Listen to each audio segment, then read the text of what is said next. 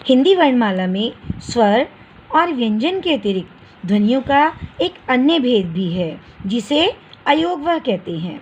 ये 3 प्रकार के होते हैं। सबसे पहला है अनुनासिक। अनुनासिक क्या है? अनुनासिक वे स्वर हैं, अनुनासिक वास्तव में स्वर ध्वनियाँ हैं। वे स्वर हैं जिन्हें बोलते समय हवा मुख के साथ साथ नासिका से भी बाहर निकलती है।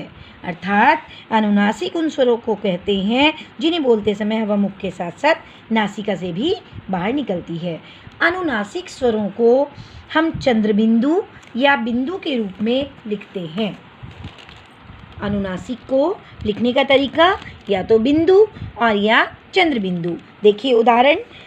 और अनुनासिक जो होते हैं वह हमारे शब्दों का अर्थ एकदम बदल देते हैं। जब अनुनासिक स्वरों का प्रयोग किया जाता है तो ये शब्दों का अर्थ बदल देते हैं। जैसे सांस, सांस के ऊपर यदि अनुनासिक लग गया तो बन गया सांस, अर्थ बदल गया। इसी प्रकार से भाग, भाग के ऊपर यदि अनुनासिक लग गया तो उसका अर्थ हो गया भांग, अर्थ बिल्कुल बदल गया। तो अनुनासिक को लिखने के लिए हमारी हिंदी में 2 प्रकार के चिन्ह बनाए गए हैं, एक बिंदु और एक चंद्रबिंदु। अब बिंदु का प्रयोग कहाँ होना है और चंद्रबिंदु का प्रयोग कहाँ होना है? चंद्रबिंदु का प्रयोग वहाँ पर होता है जिन स्वरों की शिरोरेखा के ऊपर खाली स्थान होता है। अर्थात जिन स्वरों के ऊपर खाली स्थान होता है वहाँ पर प्रयोग होता है चंद्रबिंदु।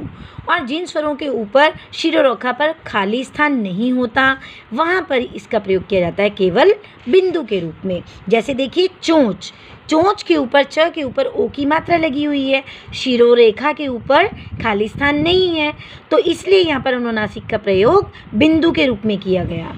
और गाँव के ऊपर खाली स्थान था तो इसलिए वह चंद्रबिंदु के रूप में उसका प्रयोग किया गया। हमारा